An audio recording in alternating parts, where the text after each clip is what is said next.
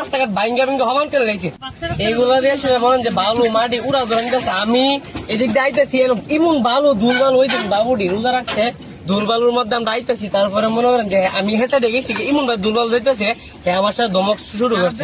দেখা যায় রাস্তাটা কিনা লাগছে রাস্তা এমনি আমরা রাস্তাঘাট ভাঙ্গা ভাঙ্গা হমান করে রয়েছে। এই যে আবু দেখছে গাড়িটা যাম গাড়িটা অর্ধেকটা মনে করেন যে ইয়ে হয়ে যাবে মানে জোর জোর হয়ে যাবে এরকম অবস্থা। আমি ছাতকে দিলাম গেলে আমার আর হুমকি মারে এই চাকরির গাড়ি লইতে পারতো না এই আরো কত কিছু। তাদের কথা হইলো যাত্রীবাহী গাড়ি বন্ধ থাকুক, তাদের ট্রাক চলাচল থাকবে। তাদের কথা হইলো এটা ওই দিন ট্রাক আসতেছে তাদেরকে সার দিয়ে নাহলে চাপ দিয়ে। ওই দিন একটা দেখলাম ওই ক্ষেতের মধ্যে একটা অটো ফেলা দিছিল, ঠিক আছে, উল্টা ফেল দিছে।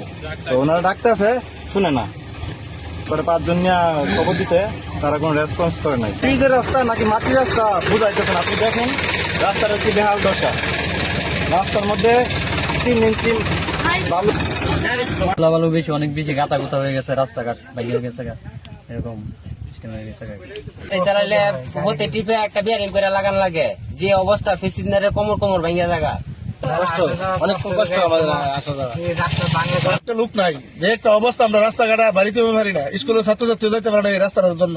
যে একটা ভোগান্তি ধুলে বালু দুনিয়াটা ভোগিত করে নিতেছে যেভাবে ইয়া করতেছে এরা, এটা কেউ যাতে দেয় না, প্রশাসন কেউই দেয় না।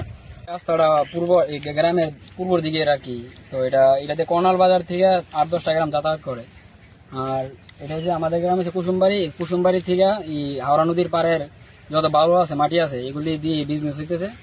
আর এই রাস্তাটা অনেক ফ্রেশ আছিল, বৃষ্টি যখন চলে যাবে বৃষ্টি হয়ে তারপরে কি হবে চলে গেলে বোঝা যাবে যে কতটুকু ভাঙছে। আমাদের এলাকার সমাজের যে উপর লেভেলে যারা আছে তারা কোনো পদক্ষেপ নিতেছে না।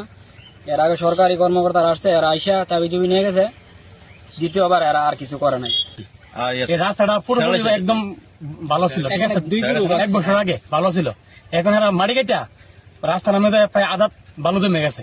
কারণ আমরা চলতে ফেরতে যে কোনো একটা যানবাহন খুব বেশ ভালো লাগে। এই পরিস্থিতি নিতে আসছি। কিছু দাবাশালী সাবেক আওয়ামী লীগ নেতা হতে আছে, এটি মিললে আমাদের এই আওড়া নদীর পাটটা ধ্বংস করে দিয়েছে। শুধু মাটি নিয়ে মনে 2000 গাড়ির উপর মানে মাটি নিয়েছে 3 মাসে।